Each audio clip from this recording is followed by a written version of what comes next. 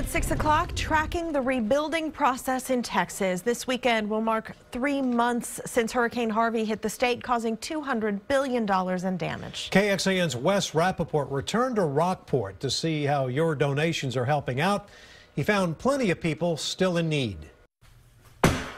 There's a saying that hard work builds character. It's been a challenge the last couple of months. There's a learning curve for sure. Yeah. There's a lot of character in Rockport.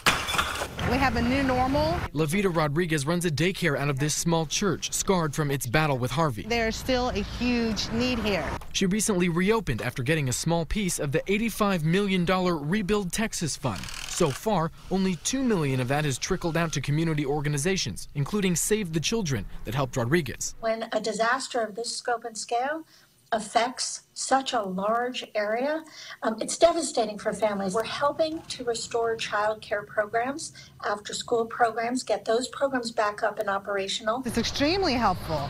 Extremely, yes. Helpful, yes. Enough, not close. Yeah, I mean, yeah, if you go see my playground, it's still, yeah.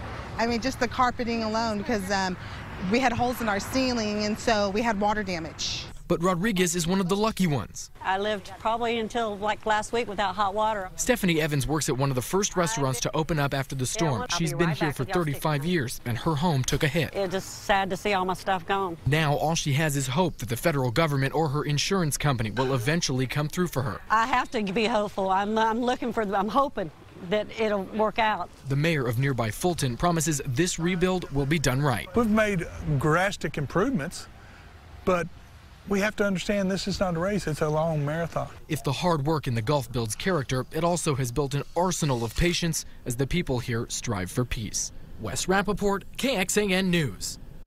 And looking at the numbers, 2 months ago, Congress approved $15 billion to refill FEMA's coffers. Then $18.5 billion was approved for Texas and an aid package for all states and Puerto Rico impacted by the hurricanes. Governor Greg Abbott is asking for another $61 billion just for Texas.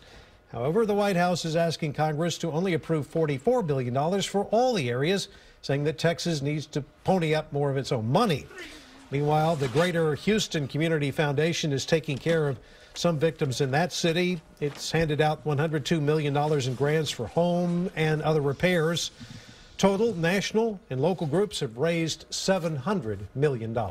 For the second time in a year, the city of Austin has been found in violation of the Open Meetings Act. Judge Scott Jenkins ruled proper notice was not given on a vote in November last year about granting environmental waivers to Champion tract developers.